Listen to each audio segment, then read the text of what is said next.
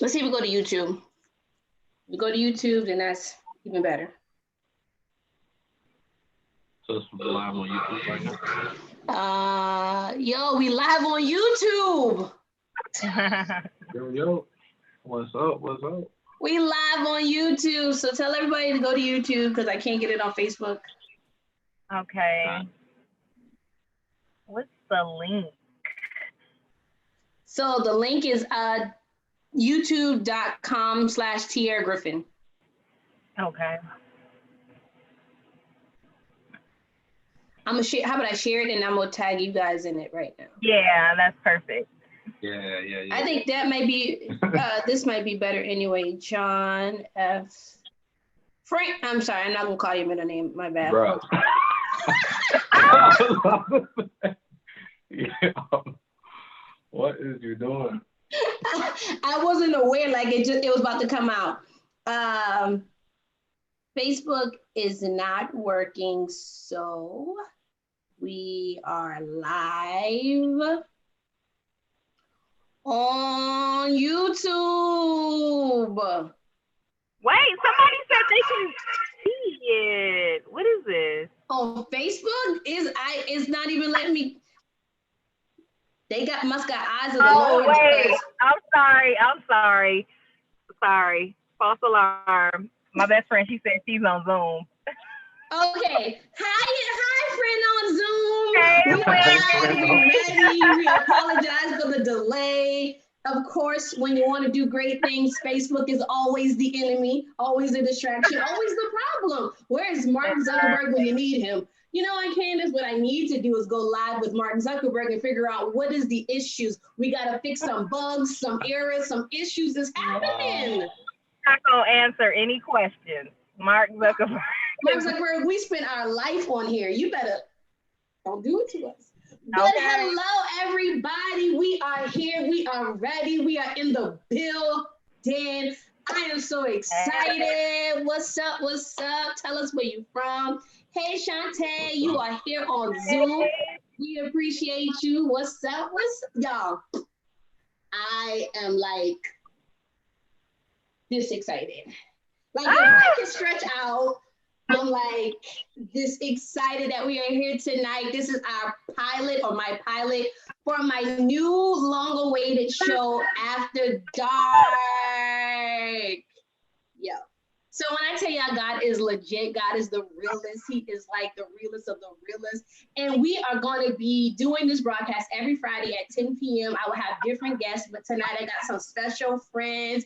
Me and Candace can tell you our story at a different time. But I have some special friends that are joining me tonight for this amazing conversation called Men Learning How to Love Themselves and Women That Love Them. Now, if you're anything like me, okay, I was the woman that loved the men that did not love themselves. I was attracted to those kind of men. Those were the only men that I wanted. And if you were any other type of man, it's crazy how we chase the ones that don't want us and we push away the ones that do. Yeah, I was that girl for the majority of my life. Well, the former part of my life, because we're growing and I got a lot more years to go. But here we are again. So After Dark is all about uncut, real conversations, real life for the real ones, only after dark. And we are shining our light so that all men may see. This is a Christian broadcast, but we're going to be talking about all topics that you can even imagine, taboo topics that most people in the church, most Christians won't talk about. I will. I live my life as an open book, and I hope that my life can shed light to anything that you may have going on, or any clarity that you may need, whatever. I want to be raw, transparent, and just bring light to the dark world and the world that is headed in the wrong direction. And I know for a fact, the only way that we can have all that God wants us to have is by walking in a way that is pleasing unto God. So only what you do for Christ is going to last. And this is built on Christ. Everything I do is built on Christ. So we in it for the long run, okay? So, I want to introduce my friends. I'm going to let them introduce themselves, matter of fact. But I am Tierra Griffin. I am your Whatever you need me to be. I drew a blank. I am an author. My book is coming out February or January 2020. How to Heal the Father Wound and Embrace God as Abba. Tears of an Orphan Heart is in the editing stages right now as we speak. So stay tuned to that. I would really love it if you would go to my website, www.tiaragriffin.com, and go ahead and subscribe so you can stay up to date on all the things that are happening. I have a giveaway coming up very, very, very soon for, we're not gonna call you lucky, for an amazing winner who subscribed. We're gonna do a drawing, and there is something waiting for you guys in 2020, more blogs, more me in your face. So we coming out the gate in 2020, but let me introduce my friend, Candace and John. So John, you go first. Take it away since you're our only guy tonight. Word. What's happening, y'all? Good evening. My name is John Sells. My homies call me Jay Sells. And I am a husband. I'm also a Christian rap artist. Me and my wife, we are a Christian hip hop duo. We go by 4 Known, so it's the number 4, then KNWN. We just released a single back in October, featuring a Christian hip hop veteran, R. Swift. So, that's on iTunes, Spotify, Google Play. It's called Tempest. So, y'all Google it, check it out. It's fire, promise you. And so, fire. And so, I'm definitely glad to be here. I'm part of Tia's show. After Dark, Uncut.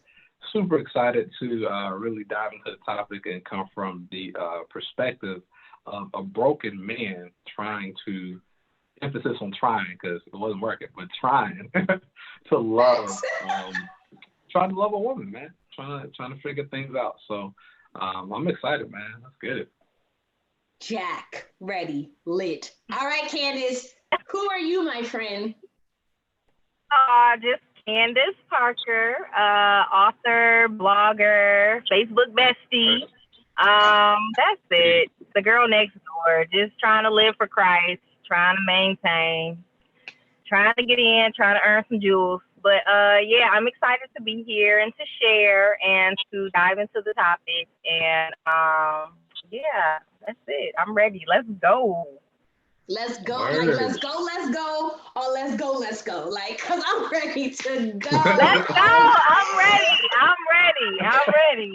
Okay, so we're ready. So tonight is all about men learning to love themselves and the women that love them. Now, we done told you guys that we are very transparent, and you're going to have a time to ask questions. You can ask questions now. Whenever you're ready, just go ahead and shoot them out at us. But we're going to dive straight into this topic. And so, John, my first question is to you, because I want to understand, what is the issue? Like, is there really men out here not loving themselves? And like, what does that look like? Wow. Well, yes, there's definitely men out here that's not loving themselves, trying to figure it out, man, trying to just really, they freestyling it. Just like, okay, I'm going to just kind of figure this thing out, figure out how I go. As you go? Yeah, figure it out as they go. Yeah, that's how they do it. Winging it. Right, that's what I was looking for. Winging it, out here winging it, on a wing and a prayer, bro. And so, a little bit about me, man, because I definitely, bro, let me tell you, I used to be broken. Like, you take a plate of china, putting that thing on the floor, broken, like broken. Oh wow. And so, yeah, man, it's crazy because, like, my dad, he's a great man. He's been married to my mom for like 30 plus something years. Always been faithful, always been strong, always modeled that for me, right? But I wanted to do my own thing, man. They raised me in church. Took me to church. Always made good grades in school, stuff like that. But I was like, I want to do my own thing, man. I was heavily influenced by peer pressure. Like my homies was like, hey, do this, do that. And I'm like, okay, it's cool, especially I used to listen to like 50 Cent, Game, cats like that, Ludacris. And so everybody was just kind of in my ear, telling me what to do, how to do it, how to treat women, what a real, quote unquote, real man looks like, stuff like that. Right. Emphasizing quotes, man, it was terrible. And so I got to high school, and like I was really really insecure growing up because I was like string bean. I had like glasses, braces, like the whole nine, bro. And finally got to high school. Took the glasses off, took the braces out. Started working out, started feeling myself, Little right? GQ. Started feeling Trying to come myself, up right? a little bit. I hear you. I hear you to come up.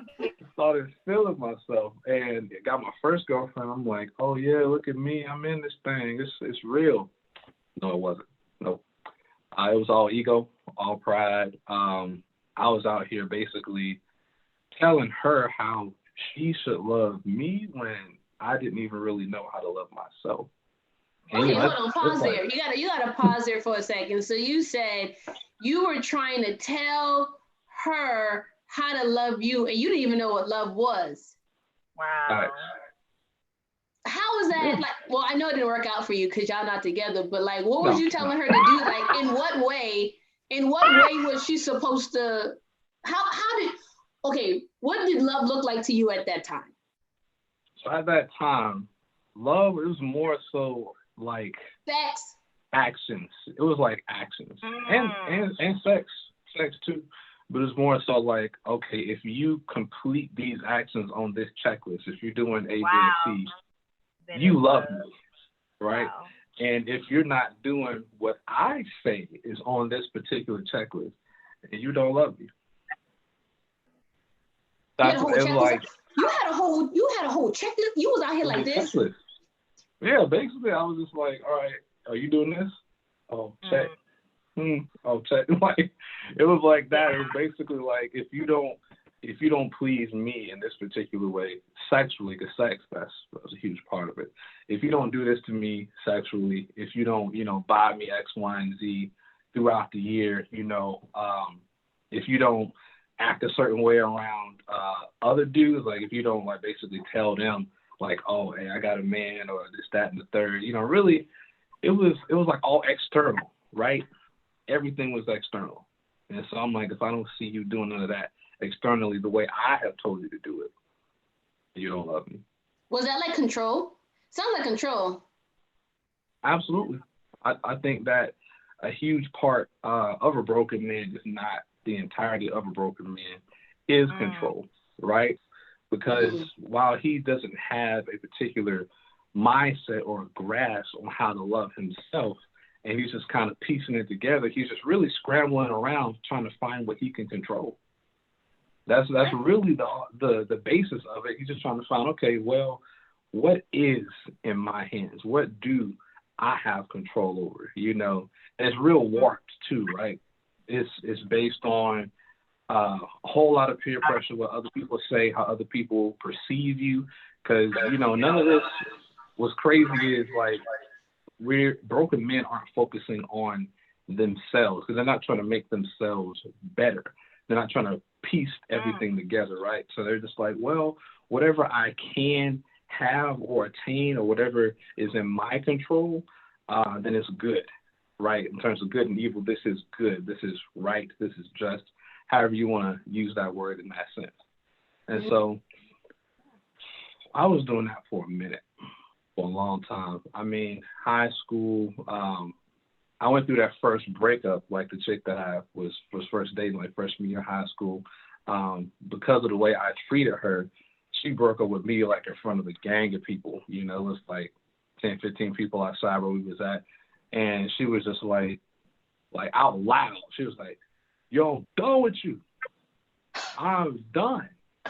Dang. And me, I was just like, oh my God.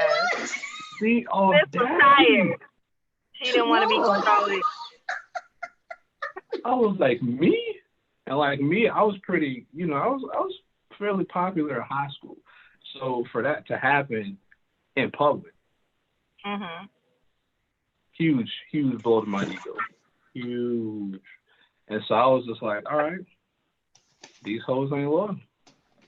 So she a hoe because you control me. Candace. So she exactly. a hoe. Oh my God. because she don't do what I tell her the way I specified Wow. it. Yes. Okay, we're gonna pause on that. So Candace, being on the other end, for being the woman that loves a broken man, what were some things that you've seen in your prior relationships of like a man not loving himself or a broken man? Yeah. Now that you like hindsight is 2020. Right. So what's up? For me, I had to really, okay, so first off, when we think about brokenness, like what's the measure? Like, you know, who are we to say someone is broken or someone is this or someone isn't that? So for me, the point that I had to get to in being a consumer was how much am I willing to take? Consumer, what an interesting word to use. Because that's how it felt. And so I think that in dealing with someone who is controlling or a narcissist or manipulative, like dealing with someone like that, I think that as a woman, we often want to see a return on our investment when you've given so much of yourself. And so there were times in the relationship, I saw the red flag, but I wanted to stick it out because I had faith in the relationship and that it would work. So I often feel like when you are dating someone who has some issues, you have to be true to you and say, what am I willing to deal with? And so for me, because I don't want to like throw anybody under the bus that I've dated, but there are some guys that I dated that when we were linked together, it did not work out, but they're married now. So what looked like brokenness for someone else may have been what they needed. So, you know, some women like control. You know, some women like to be called out their name. Some people, you know what I'm saying? Some people do. Some people do. And I'm like, because I have been on the other side of being in a relationship with someone and wanting it to work and being like, okay, well, you know, I'll bend on this, I'll bend on that. And there was a time when I used to think, does this mean I do not love myself? But I had to be honest and say it wasn't that I didn't love myself. I just loved him more than me, if that makes sense. So, in loving okay, pause right there. Because I think we got to go into that a little bit deeper because you said something really dope. You said that you loved him more than you loved yourself. And the thing this is the advice that I got one time when I was dating. I was crazy over this guy in college. Like he was my first like real love. I got pregnant, ended up having an abortion. If you don't know my abortion story, make sure you go on YouTube and you go find my abortion story. But I had an abortion, so there was like a strong soul tie there, and I wanted him back when he left me. And I mean, he left me without. He just was like, I'm done. I want to basically go live my best life, in the kind of love that you're giving me, I'm not ready for. And so he left me. But I remember when I was talking to one of my friends, I was like, yo, I want him back. She said, and when he comes back to you, you never let him know that you love him more than he loves you. You never show your hand, like basically like a game. And I'm like, I don't got time to be out here trying to make sure that he know that he loved me more. Or I don't know how to do that. Yeah, it's not even about playing the game. It's just about him being honest. As a woman, like I had to be honest with myself and say, why are you dealing with this? Why are you taking this? Because let's be all the way real, because it's like, it's not so much as that you don't love yourself, because let a chick try you and you will check her real quick. Let somebody at work say something out of pocket and you will do it. But for this one person, it's like there's a measure of grace that you have for him that kind of allows you to be a lot more selfless with him. So the things that he can get away with, other people can't. And so I was like, so for me in taking it and enduring. So in my relationship, you know, I dealt with a guy who would get upset and he had a lot of anger issues. So there would be, you know, yelling matches. We would go back and forth. And when you love somebody and you want something to work and you invested time and energy, when you've been fake to your friends and missed out on going out to eat because you about to sit up under your man when you done miss family functions. You like, I gotta stick this thing through. We some posted on Facebook. You gotta see this one to the end. You gotta get to the finish line. You have to get to the end. Ring the alarm. I've been through this too long. Like, you have got to. Like, I will not. Like, you know, and so for me, it took for me not to look at him and say, oh, he doesn't love himself, he's this and that, because I'm not going to make excuses for you, and I'm not going to try to diagnose you. I have to diagnose me. Right. So why am I stand? You know, and so I had to look at me and say, the only way I can wake up from this hell that I'm in is to look at me and say, how much more do you want to take? So I honestly think that a lot of women, if we want to admit it or not, we will be in the most toxic situations, but it's not until you get to your wit's end that you're going to leave. So for me, just being in it, like, I don't know, like the argument. The thing is, I want everyone that's watching on YouTube as well as Zoom, I want you guys to know, when I was going through this, I don't know about you, John, but Candace, I know me, you were saved, sanctified, and Holy Ghost filled. Like, we were saved. We was Christians that knew the Lord.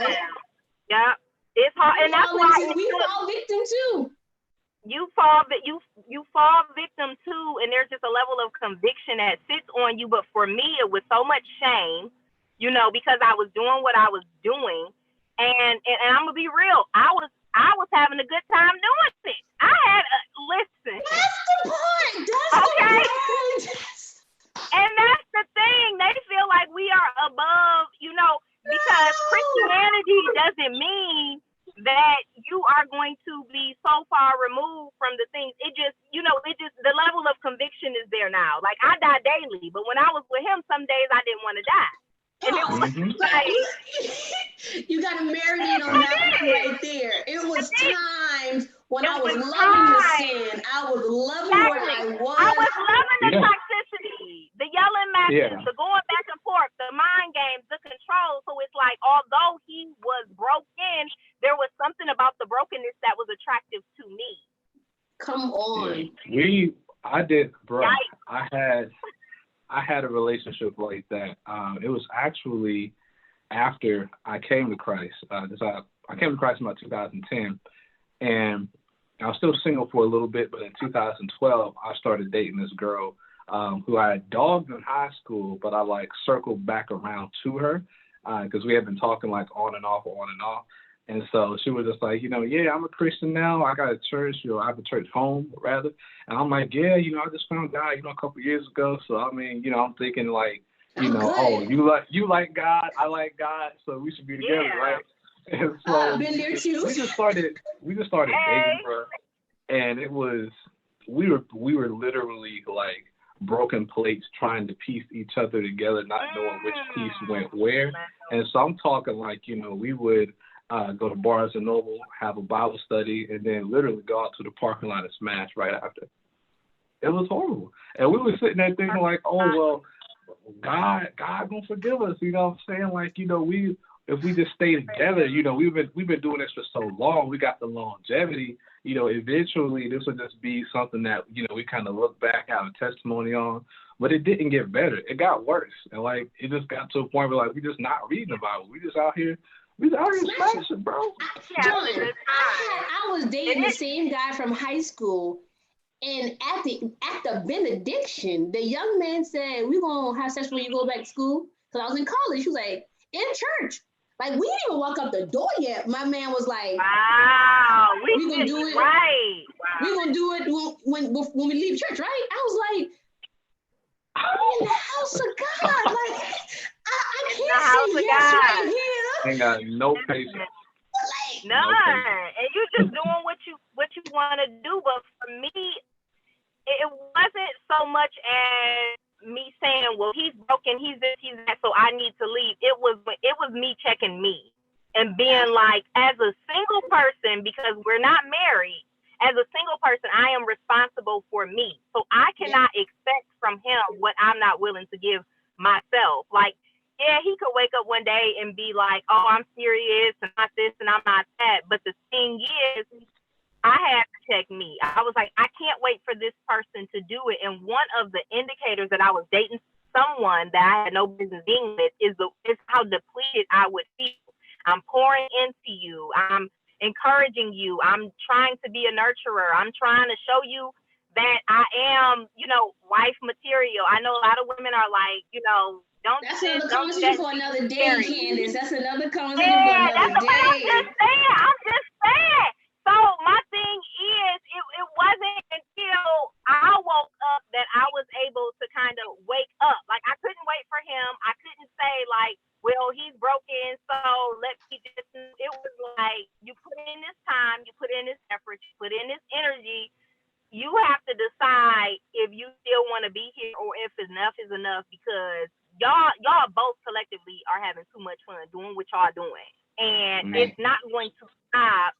And I had to stop it myself. But I think that's the hard part. Like, how do you leave somebody that's no good for you? Like, when you get dumped, that's different. Like, okay, like getting dumped is almost right. Like, I gotta say, she hurt me, but when you have to be the one to decide, and I've been in that situation where it was so difficult to do because, who wants to leave the party? Not me. I was the first one in and the last one to leave. So I knew it wasn't going to fit. It was, I had to decide like where it, like what I wanted for me. And it's just, I think that when we look at broken men and the women who are with them and how we stay, I think that the biggest thing is not wanting to go, not because you don't love yourself or because, a lot of us, we call women like this stupid. Like, oh, she's stupid. But a lot of us just want to see the thing that we wanted so bad work out. Yeah, and that is right. And we're gonna pause right there. We're gonna pick up because I'm gonna ask a question. But for you that are watching and will watch the replay, I want to let you know this disclaimer. If you feel empty, depleted, dry, and have sometimes sprouts of water, or you have disillusionments, like if you're in a dry place and you think that you see water and that's like a little glimmer of hope, you are in love with a man who does not love himself. And vice versa. If you have given everything that you have to this relationship and you feel like, I just have literally no more to give, you have to get out. Because if you don't, you will end up killing yourself trying to make something work. Because what women fail to realize, and men, you are not anybody's savior. And while you're trying to save that person, you will die in the process. Period, point blank. Because you were never created to carry the weight of a person's dysfunction. You were never meant to carry the weight of somebody else's bondage, someone else's trauma. You were not made to do that, because the only way we're supposed to love is from the overflow. You were never created to love out of lack. If your cup is empty, you cannot love properly because you don't even have enough to fill yourself. So if you're in that relationship, it's time to go ahead and mosey on down the road. Okay, find the yellow brick road. Find your way out. Okay? Yeah. Okay, so let's get into this part right here. So what is the root of someone not loving themselves? So I was messaging some friends, you know what I'm saying, trying to figure out, from a man's perspective, since we only got one voice, type me a message, tell me what's up. So I said, basically, were you ever a man that did not love yourself? And he said, there was a point in my life where I did not love myself, because his definition of love was so skewed by what he saw and what he heard. John, please explain to us, because the women want to know, the people want to know, what has men been raised to believe? What have men been nurtured? Because it's not nature. You're not born this way. What have you been nurtured to believe about what love is? Because a lot of times I see men, they love themselves with clothes or popularity or sex or being controlling. Where does this, who taught y'all this? Like, what? That's what I want to know. How'd y'all get here? How did you get here? How we get here? How did you get here? Who did this to you? Honestly, I think that misogyny is the oldest teacher in the game. The oldest. Man. It's just, it always goes back to misogyny, man. And I know for me, speaking as a black man specifically, you know, there's a whole bunch of other factors that kind of date way back when, you know, broken families, broken homes, fathers not being in the home, blah, blah, blah.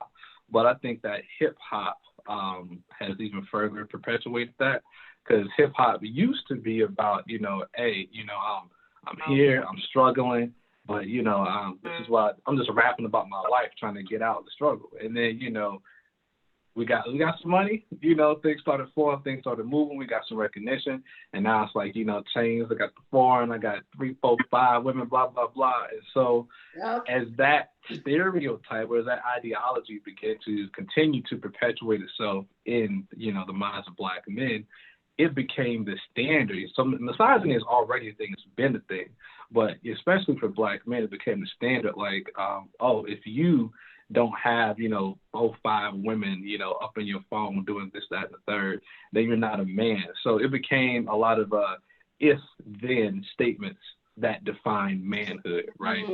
If you don't have this, then you're not a man, so on and so forth. And so I think that just a lack of horrible examples, terrible examples of men and, you know, gangbanging culture, so on and so forth, has contributed to this whole broken men outbreak, where we're just out here like, okay, well, you know, if this is how women will treat, or this is how I'm supposed to be a man, then that's how I'm gonna be. To dog a woman, that's what it means to be a man. That's what I'm gonna do. And so that's really what it is. Misogyny. So why do you feel? Did you hear Wale's song "Set You Free" or you didn't listen to it? I ain't listened to it. I ain't heard nothing from Wale in a minute. Okay, so basically this is what this video is inspired by. And he says a black man, specifically a black man trying to learn to love himself. Wow, that's crazy. But why is that such a crazy thing that black men, like, do black men really have a problem loving themselves because of the skewed view of life? Like, why is our culture so much struggling with self-worth, self-love? I know, you know, I can trace it back kind of like to slavery and how we were treated and how we were degraded. We can go there, but like, speak on that. Yeah, so I think that dudes, I think the fact that Wale would say it's impossible or maybe hard to believe that a black man would love himself, you know, a lot of it does stem from slavery, but I think beyond that, we need better examples, man, honestly, because there's been statements. I've been seeing some stuff going around. I don't like doing this because I don't believe it, but especially in like single parent homes, like with the black mom, single parent mothers, that's just it. It's just her. You know, it's really coming from those households where some dudes have said, I'm just saying what they saying. They're just like, hey, since that's, you know, my mom has always told me that she don't need no man. You know, she's always independent, blah, blah, blah. I don't need that. And so, you know, me, I grow up, I got to protect my mom. But since she don't need no man, then that's like sowing seeds of emasculation in my mind. And especially for, you know, single parent women who have daughters, you know, they're going out into the world like, okay, this is how black men treat a black woman. And so if I'm going out here into the world, you know, trying to date and navigate the situation with other black men, then this is how I'm going to treat them. You know, I think I saw another video where a chick was saying like black women have contributed to the emasculation of the black man, right? So they're just like, you know, kind of like, oh, well, look at you. You ain't got nothing. You ain't got no job. You ain't got no money. You ain't got this. You ain't got that. You know, again, hammering in that mindset of status or what you do or don't have. So if you don't have, you know, enough to pay my bills or, you know, get my hair done. Exactly. You're not a man. So we getting this on both sides, really. The men treating Wow. black men treating black women terribly, and then black women saying, "Hey, black man, if you can't get my nails, hair, this, that, the third done, Then you're not a real man. And some of them like, okay, well, dang, what do I do? Is it like the lack of praise makes you feel like you have to do something as a man to earn it? When women say like, you can't do this, you can't do that, if you can't, like, is there like a need or a desire to go after that and to prove and make a point, which then further like makes you slip away from what, the Bible, like the way the Bible speaks on love, being patient and being kind? Because I feel like a lot of men who are broken or do not love themselves, they do not look anything at that scripture. They're not patient and they're not kind. Right. Yeah, So I definitely think it has to do, with a lack of praise, or rather a desire for praise. Because men in general are egotistical creatures. We like having our ego stroke. I think that words of affirmation is probably the top Every love man's language love for language. just about every single man. We like you say that. When you say that is true though. Like it's all of your love languages. Like every single one. So like tell me I look nice. Tell me but hold on now. But like, not to be funny, God is a God that loves praise, and if you're made in His image. Wow, that's good. He doesn't want it to like get to your like. He welcomes it. But when we give God praise, it goes to Him. But what happened was Lucifer wanted that same praise. And I think that's where men start to fall into that category. Like, you desire the praise, but instead of giving it back to God, like, God, I thank you. And it goes back to you. They take all the praise for themselves. And that's when they become egotistical. That's when they become high and mighty. That's when they become controlling. That's when they become that, and that's when they fall, because it's like you're trying to take what God created you for you to have, but it was always supposed to go back to me. And I think that's where it gets skewed. Yeah. And we can't handle that. We can't. It's literally too much to bear, and as a result of trying to consume all of that, we go mad, and we end up treating people the way that we do. Yeah. Yeah. That's crazy. I think there's two. It's funny because like in my dating experience, I've dated two versions of the broken man. I've dated one that could not receive praise. Whenever he was given a compliment, he was like a wounded animal, like, ooh. And then I've dated one. How could you say such great things about me? How could you compliment me in this way? Yes. Like, but like, and I hate to compare it, to like, I mean, like the only thing that comes to my mind is an animal that wasn't given like love or shelter. And when he gets it, he's like, like shocked by it and doesn't believe it. Like, oh, you look nice today. Oh, no, I don't. It's this all right. This whole thing. And then I've had on the other end, the one who needed to be gassed up all the time. Like, and it was that made him feel like something. But even in doing both of those things, for anyone watching, like, it depletes you because you're still pouring into someone who is empty and can't return it. I am not an oil refinery. I don't got oil coming from me. Okay. Nope. Only oil I got is the Holy Ghost. That's the only oil you gonna get, okay? You pour, and when it's time for them to pour back into you, they don't have anything because they're empty, and you've given everything of yourself. So it doesn't matter how full you feel. The moment you pour into this person who either has a hard time receiving it or needs so much of it, you will feel depleted. Okay, so on that point, so to continue what the guy said, I said, so with this kind of behavior and not loving yourself because of your skewed view of masculinity, how did you show up when it came to women? He said, I came off as hyper masculine, which is misogyny and the sort. He said, sex was a way for me to prove my manhood. And then I said, well, what was things that you're doing? He said, but along the way, I hurt a lot of women because I was trying to prove me to me. When he said that, I was like, good God Almighty.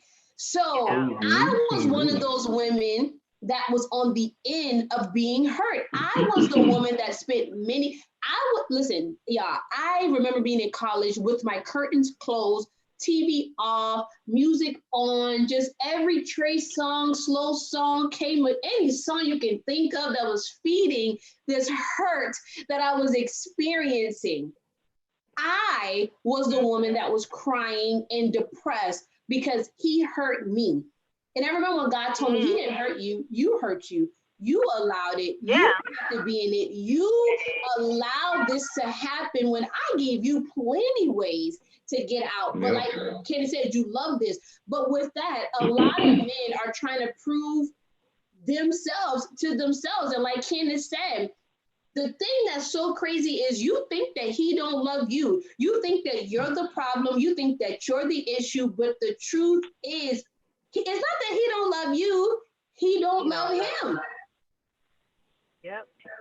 And the Bible says, it says, love your neighbor as you love yourself. And the way that you can tell if a man loves himself by how he treats you. So if he treats you bad, it is a direct reflection of how he loves himself. Yeah. Yeah. I think the dude you were talking to, he set like a super high standard for himself. Maybe an image of himself that he believed to be pristine, and he was trying to do whatever he could to meet that particular standard. Whereas when it's like, bro, you could never get there. You set a standard for yourself that was way too high to reach.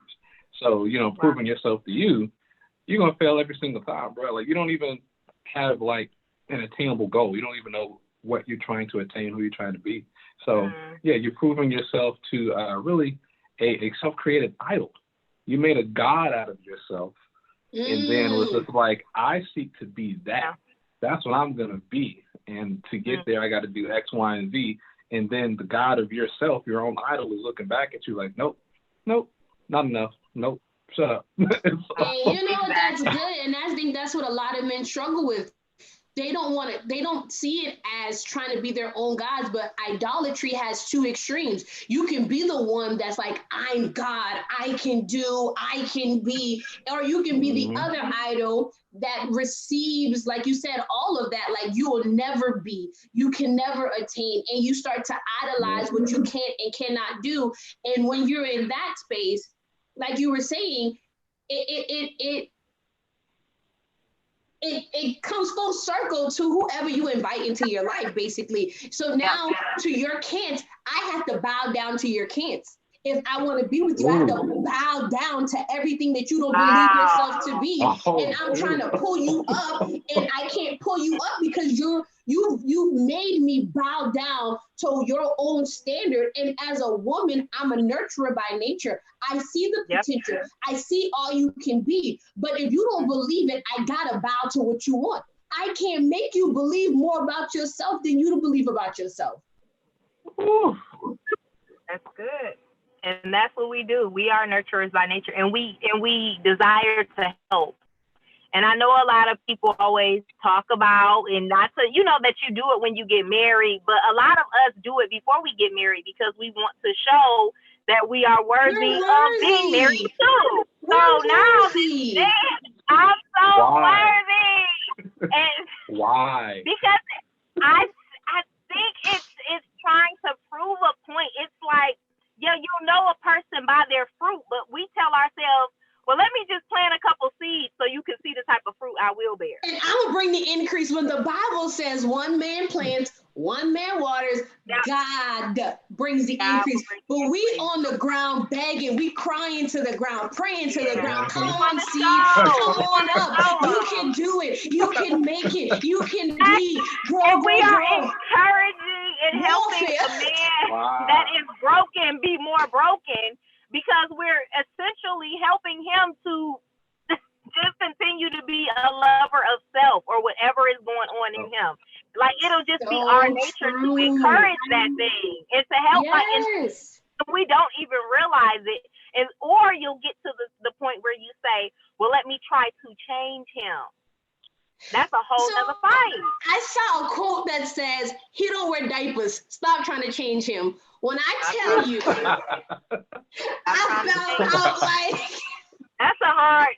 Wow. When I'm trying to... And we don't get it. I don't understand, because I've been there in relationships and saying like, okay, if I can just change all of us.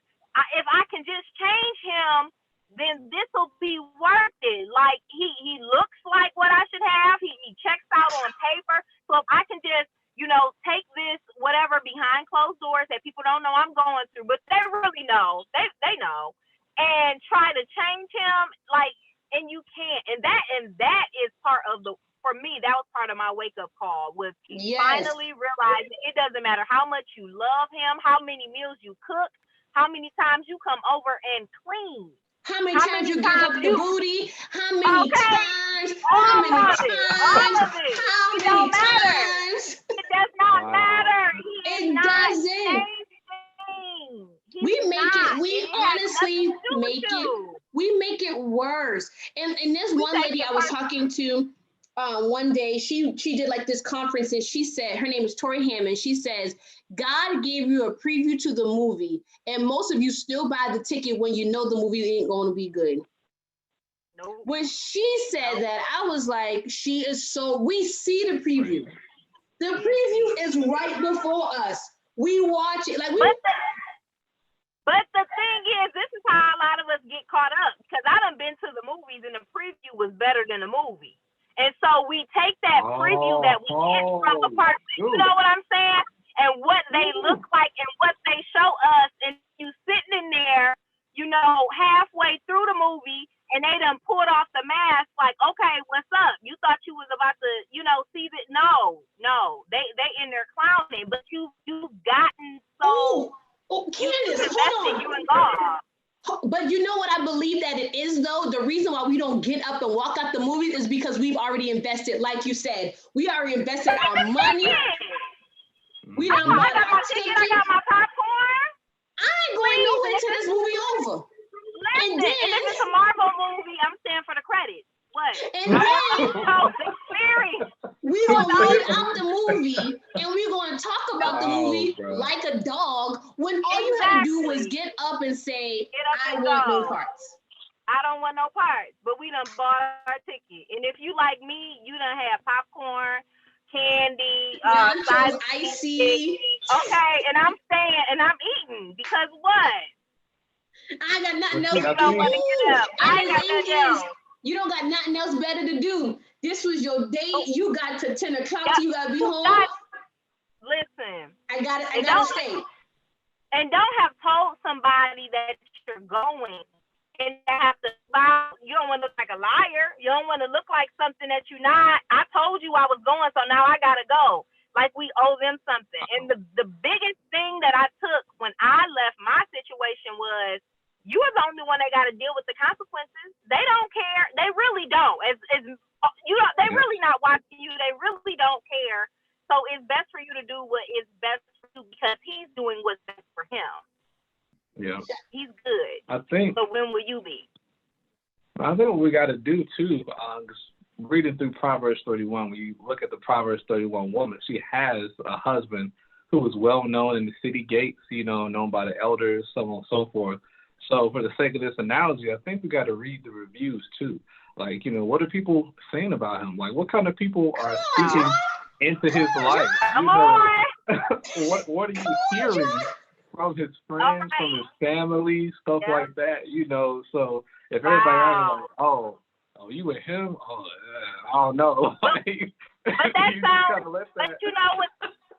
That sounds like to me, John, that we don't take enough time to get to know a person. We just jump right in. So if you take a little bit more time before we dive in, you don't even have to get out of the relationship. You can just step out of a friendship.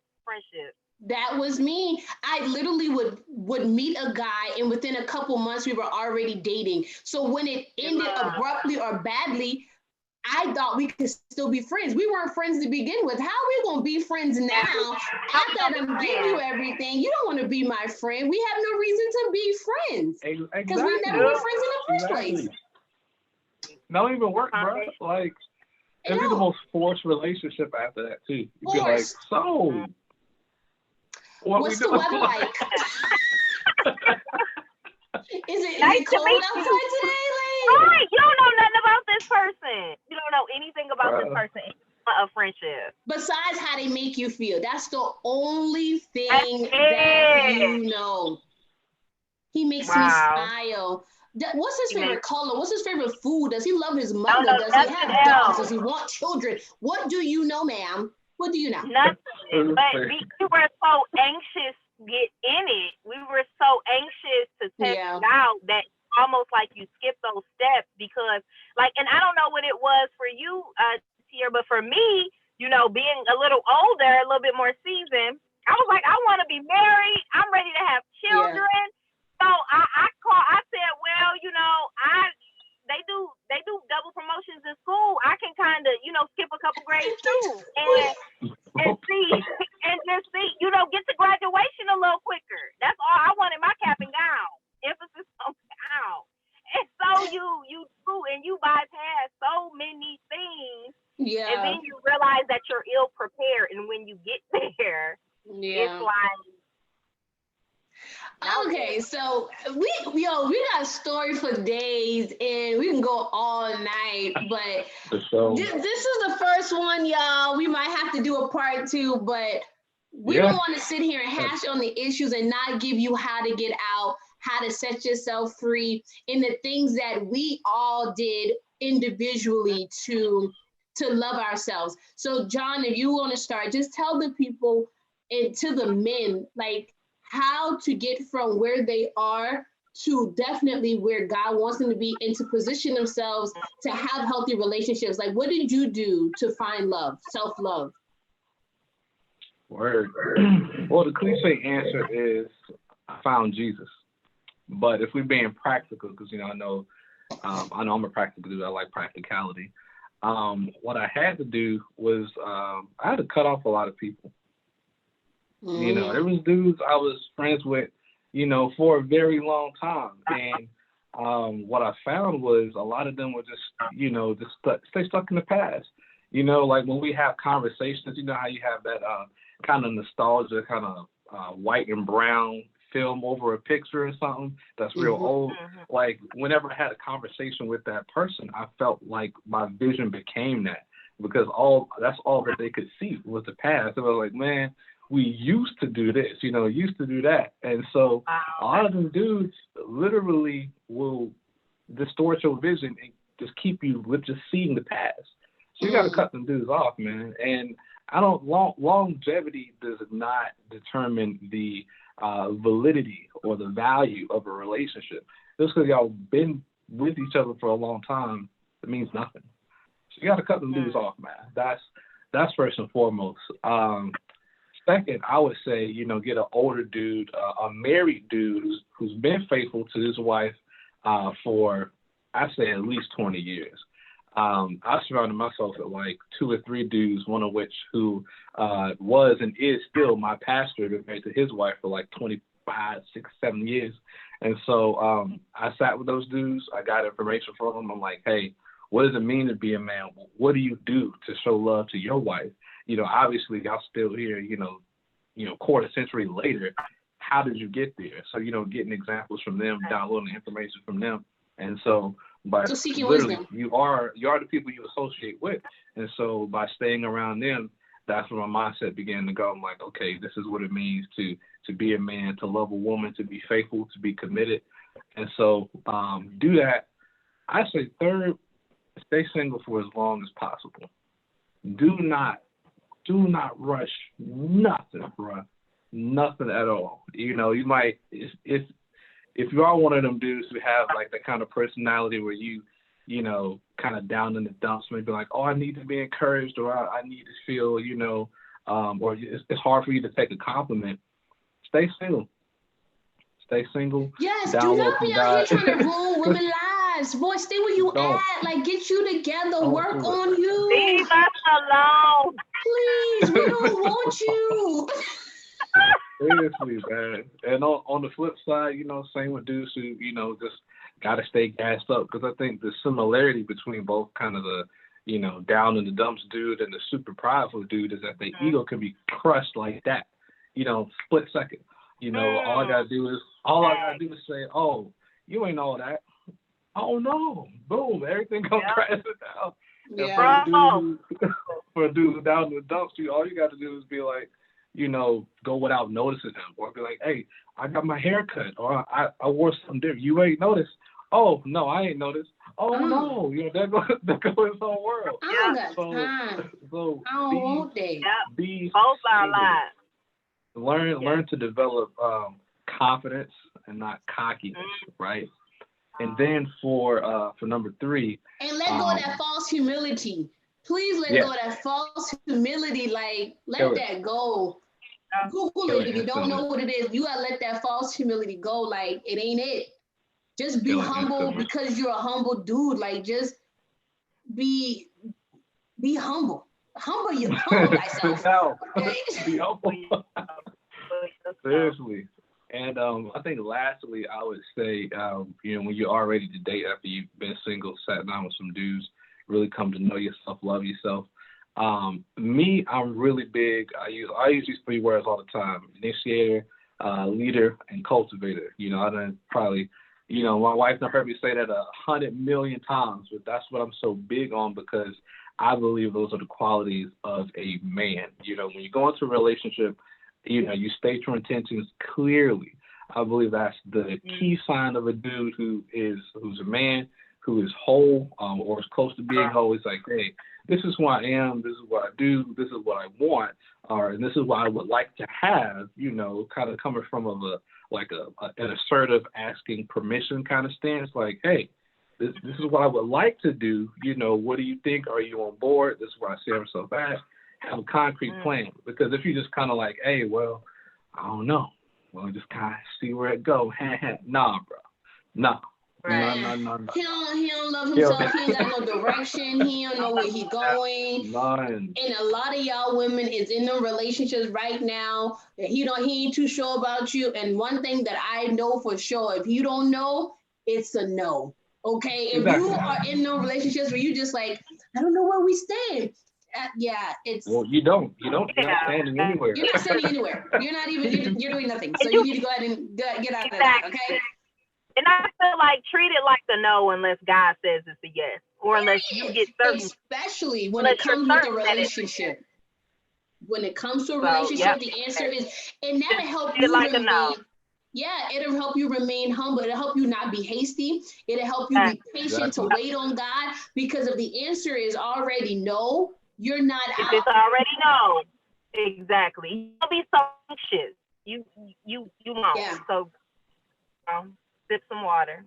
Yeah, and exactly. And I'm not so pressed to be in a relationship where I'm willing to subject myself to anything. If I don't want it, I told God, listen, I'll be single, because what I'm not going to do is settle, because God, Michael Todd said it best, God will allow you to stay at the level at which you settle. If you want to be here, he is not going to make you move. He ain't going to make you want more. He's going to be like, that's scary. All right. That is very scary. I don't want that. I do not want that at all. Like, I want the very best. And people get out of okay relationships and get into good relationships. I don't want a good relationship. I don't want a better relationship. I want the absolute best that God has. And I'm not trying to settle for your foolishness, because I'm tired of being in relationships where you are not sure about me. And we kind of brushed on this earlier. We are the prize to be won, but women act as if we're not the treasure and we're not the gift. It's actually me that has to accept you. It's my yes or my no of you, not the other way around. And we around here proving ourselves to you. We being wife before we get rings. We being wife before we get titles of girlfriend. We out here being wives before anything even takes place. You have to understand that you are the prize. They out here proposing. First of all, on who need? Oh, who could need? Not this good knee. Okay. This knee won't They touch are the ground.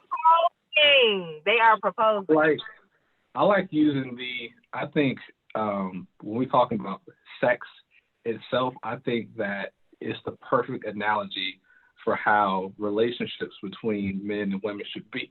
Because when a man is about to have sex with a woman, he has to be erect. He has to be firm.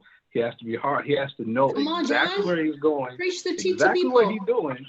And the woman, she has to be open. She has to, be welcoming. She has to be on board, and she has to let him in, right? So he can't just force yourself in. That's considered rape. That's rape.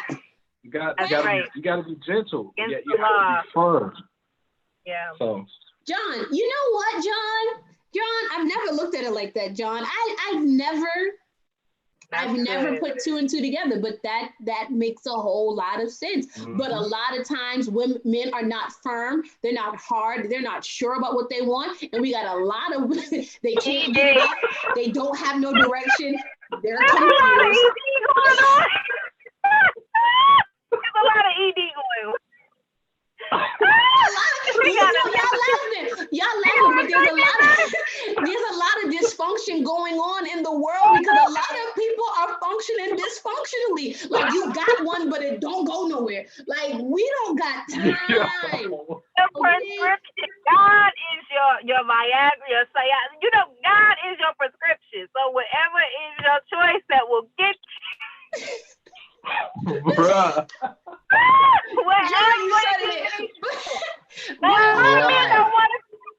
They don't want to take the prescription. Is it pride?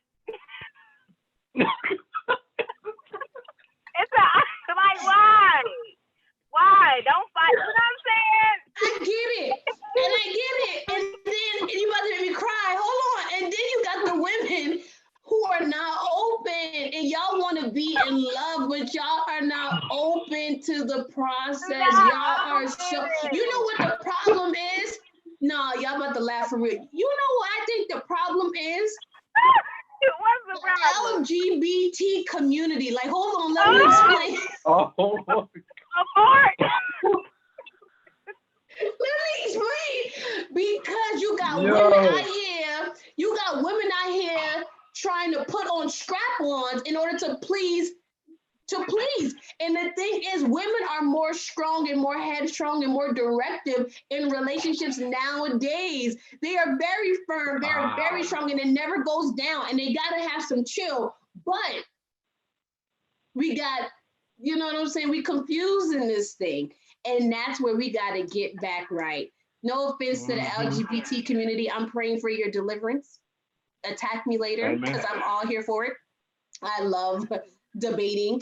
But I'm just saying, that was hilarious. That was hilarious. So that was a good analogy. Yes. That was like, I wasn't ready. I'm sitting here like, that was good. Let me submit the guys so I can be open. But yes. Okay, so one more thing. So we're going to let Candace share, and then I'll share my last one from a woman's perspective on how to set yourself free and how to love yourself more so that you don't ignore the signs that this is a relationship that is not going to serve you for your future. Because we can talk about this a little bit later, another day, but how men and women love differently. But from a woman's perspective, Candace, and being the woman that has loved a man that has been broken, how did you find love for yourself? So I found love for myself when I was honest with myself that I didn't have it in the first place. You have to come out of a denial. And once I realized I couldn't fix him, I couldn't blame him, I couldn't continue to say, well, it's because of, he's broken and he's this and he's that. When I stopped worrying about his business and got a hold of my own, then I was able to I was able to leave the relationship, but then I was able to look at me. And so that keeps us in bondage a lot when you're so busy focused on them. And I got to stay in my lane. So I had to stay in my lane, take a big look at myself and say, if a man that's finds a wife finds a good thing, and someone this broken, someone who was this abusive, someone who was this spiteful could find you, what does that say about you? You wasn't that hard to find. So there's some work that needs to be done. Yeah, I had to. Yeah, that conversation was a little deep. But really, we do. And so for any woman that's watching, that's in the situation, it's going to start with you first. It ain't about him. It's about you. And for me, once I had that real talk with myself and be like, if he was able to find me and if I was able to be found and like it, once we connected, then there's a deeper issue. So for me, I am one of those Christians that's like, you can go to counseling. There is nothing wrong with going to counseling. Talk to somebody. Your friends are great, but they tired of hearing about it. Because I don't know if Whitney's still on the line. I done ran her ear down because she had to get to the point and tell me, like, look, girl, you gonna do what you want to do anyway. And as your friend, I'm in full support of what you do, but I don't want to hear about it. So, for some, it'll be counseling. And then I also feel like, I know we like to, like over spiritualize things. Well, I'll just pray. I'll just this, I'll just that. And I think that's all fine and dandy. But in addition to that, there needs to be some accountability. You need to do something like, and so my accountability came in the form of a mentor. Yes. And she was a woman who, I call her my Naomi. She was the one who was like, girl, look, you're not even broken. It's low self-esteem. It's this, it's that. When people get a little older, they tell you and say what they want. It's being real with us about what your issues are, because you can't address something that you're still in bondage about. And you can't free nobody if y'all in the same boat together. Listen, in the same boat, and y'all both rowing in the same direction. Because you on one accord. Because y'all both broken, and so for me, it was the wake up. It was getting up under some wise counsel, some people who were going to be honest with me and help me and say, look, like, this is not okay. So let's put an action plan together. And then in loving myself, I began to date myself. Like, I go out, I travel, I treat myself well. I buy myself nice things. When I go to eat, I'm picking whatever I want. I don't care. I'm having a good time, because the thing is, it starts with you. And so the love that I was pouring into him, I had began to pour into myself. And there were times I would be in the mall and be like, oh no, I should, but I would have been in there cashing him out. Jordan, all of it. So it was like, I almost stood in line to buy a Negro a pair of Jordans one time. And I was like the prodigal son. I came to myself and I said, why I out here in the cold? Listen. And you, I'm not even going to talk about some of the purchases that I done made. Because my love language is gift. So I'm a giver. I'm like, what you want? What you need? And so for me, learning to pour into myself and being okay with that. But I would say the biggest things is, for everyone's prescription will be different depending on what you've gone through, so I know everyone's relationship looks different, but for me, it was, accountability. It was, doing the tough thing, not being embarrassed about talking to somebody, not, and taking it a step further, like, absolutely, pray fast. And, I'm not discrediting that. I'm not saying there will not be great results, because there will be. But for me, I needed some additional steps. And so that was the way I did it. And it worked for me. It got me to a place of feeling healthy, happy, and whole. And it's not so much as it allowed me to leave the relationship, because I did that. It allowed me to stay gone and to stop attracting that same thing. So that's good. Key. That's good. That's good. And I'm gonna tell you a funny story, Candace. I'm gonna tell you why they left us. Because my grandmama tell me, if you buy a man a shoe, he gonna walk out your life. So yes, he will. Yes, he will. I don't have. Listen, wow. And then the thing is too, she'll leave you, but then and if you're someone who needs to make the decision to leave, because I've been on both ends. Like, I've been dumped. I have a book coming out in February, and you gonna hear all about it. I ain't like getting dumped. She will be back to talk about her book. Listen, I'll be back to talk about my book, but and I've been on the other end. And for me, being dumped was, like I say, I felt like it was God's protection, because It was like, you can't force this. He said, bye. So what you gonna do? So, but to have to be the one to walk away as a lot of men are in that position, and it's hard. It was very difficult for me to do. Like, I left a relationship, and when I tell you, I left, like, changed my number. I completely disconnected from his friends and family, because that was a part of my healing. You got to break up with the family too. You got to break up with the family too. Exactly. Yeah. And a lot of times we tell ourselves, no, I can't do that. They knew about what he was doing to you, and they didn't do nothing. So trust. They'll be okay, and they, so, I broke up. Because they're going to accept the next girl when she comes anyways. So. Yeah, absolutely. They his family. Like, remember that. They are his family. Remember that. And his mama is his mama. His mama is his mama. Remember that, daughter. That's his mama. I don't care what she tell you. His mama. And, but yeah, so I completely disconnected. I completely, when I had to walk away, and anybody watching, I know it's difficult to walk away, but you have to get to the place where you say, how much am I willing to stand? How much am I willing to take? These first couple of years was bad. It's not a return on your investment, because do you want to do another 2 years to get the ring and have a terrible marriage? Or possibly get the ring, because that ring ain't guaranteed. It's not.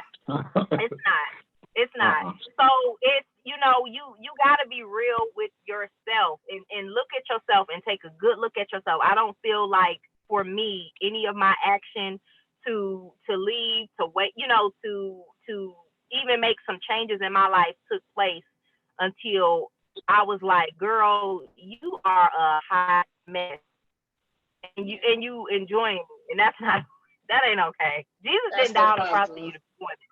He didn't do that. So get it together. And I did, and it was hard, and it's still a process, but I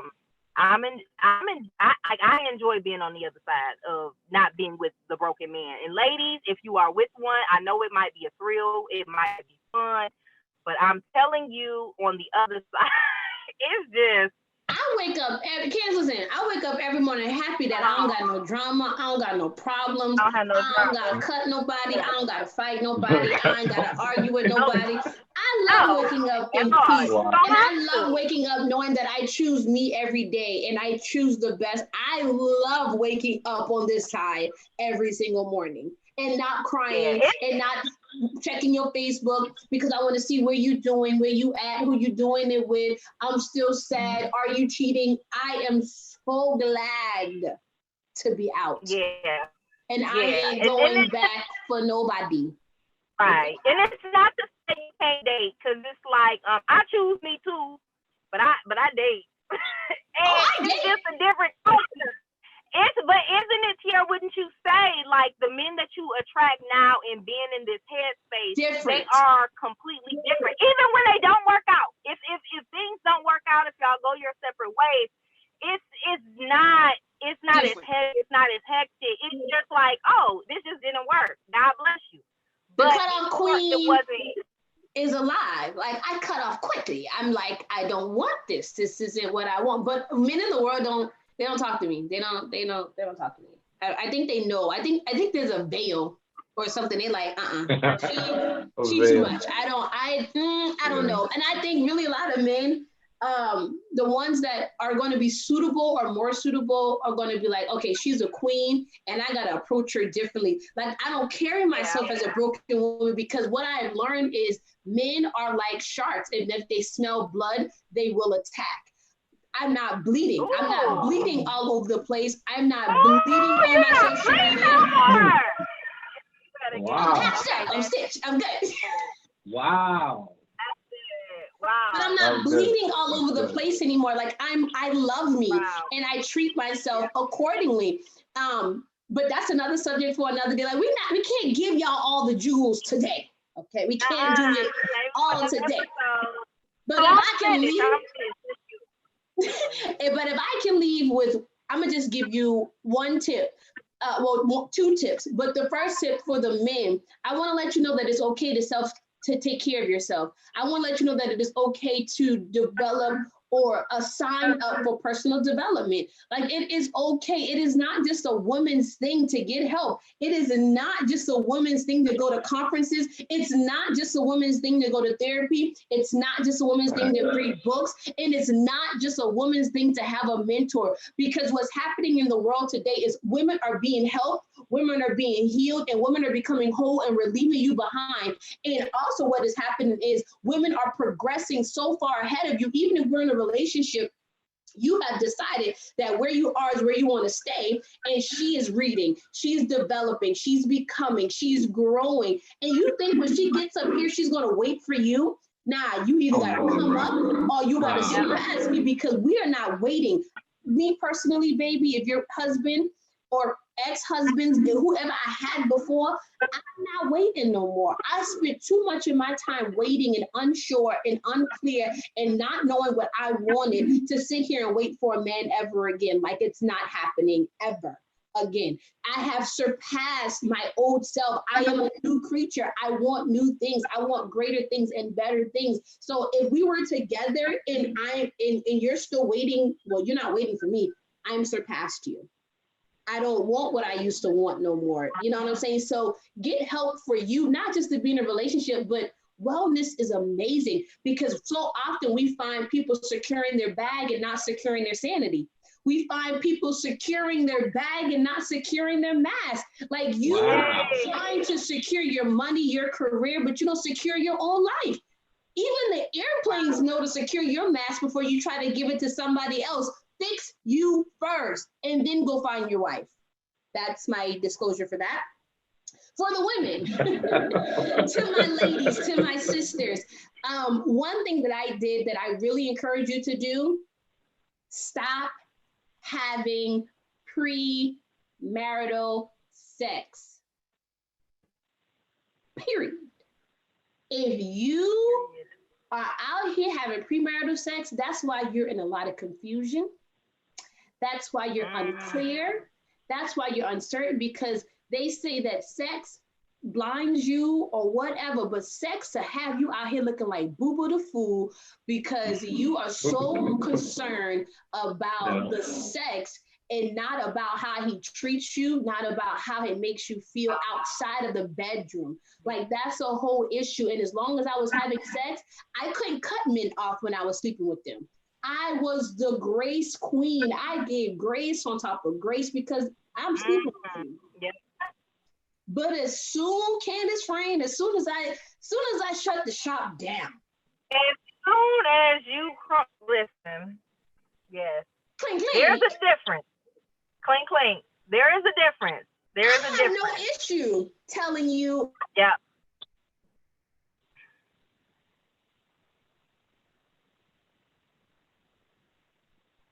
Did we lose it? It was not until I said, okay, I want more. I want more for me. I want, in order to have more, I have to go in this thing with a clearer vision. And it wasn't until I stopped having sex that I was able to be clear. So if you are a woman that's watching this and you want to know how to get free, as soon as you stop giving him some, you will start seeing a lot when you ain't putting out.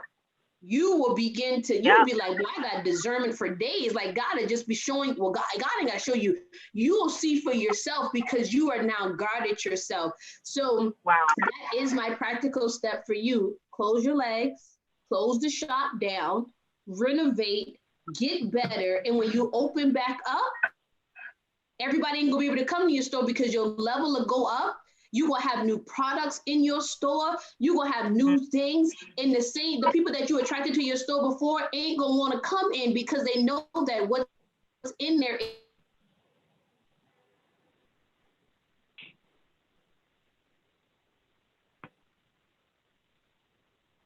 Hold up now. Where'd she go? Where'd she go?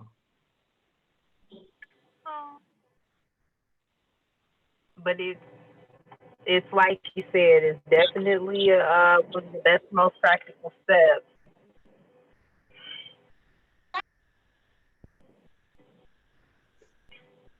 Y'all there? We here. We're here. You left for like a second. I was gone. I was like, why? I don't see nobody. But yeah, that's how we're gonna end it. I really had a great time with you guys. You guys are really great guests. Thank you. Thanks for having us. I had a great time. This was a much needed conversation. Wow. This side don't What are you doing? This side don't millie. It don't millie. This one do, but this one don't. But that's our advice. We wanted to definitely leave you with something that you can take with you. Men, John held y'all down. Candace and me, we held y'all down, ladies. And I believe in 2020, y'all ain't gonna go into 2020 in those same broken, unhealthy relationships. It's gonna be new things coming to you. He's doing new things. And walk into the light, because the truth was definitely shed. And I hope that your hearts were open to really receive. And this was just a pilot for After Dark. So I wanted to come out the gate strong, because everything from here, this is the standard that we have set. So only higher from here. Thank you all for all of you that watched, for all of you that tuned in. I was looking for questions, so we didn't do a Q&A because there was no questions. So I'll stay here for about 30 seconds. If you got some questions, let me know. But this will be available on replay on Facebook, and it's on YouTube. And yeah, this was great. I got some new topics coming up. Candace will be back. We're going to be talking about crazy women, the crazy women that we were back in the day. That we did. Listen, I got stories for days, y'all. For days. So follow John and his wife, Foreknown. Follow Candace on her blogs. Follow me on my YouTube channel. Yeah, I share my whole life.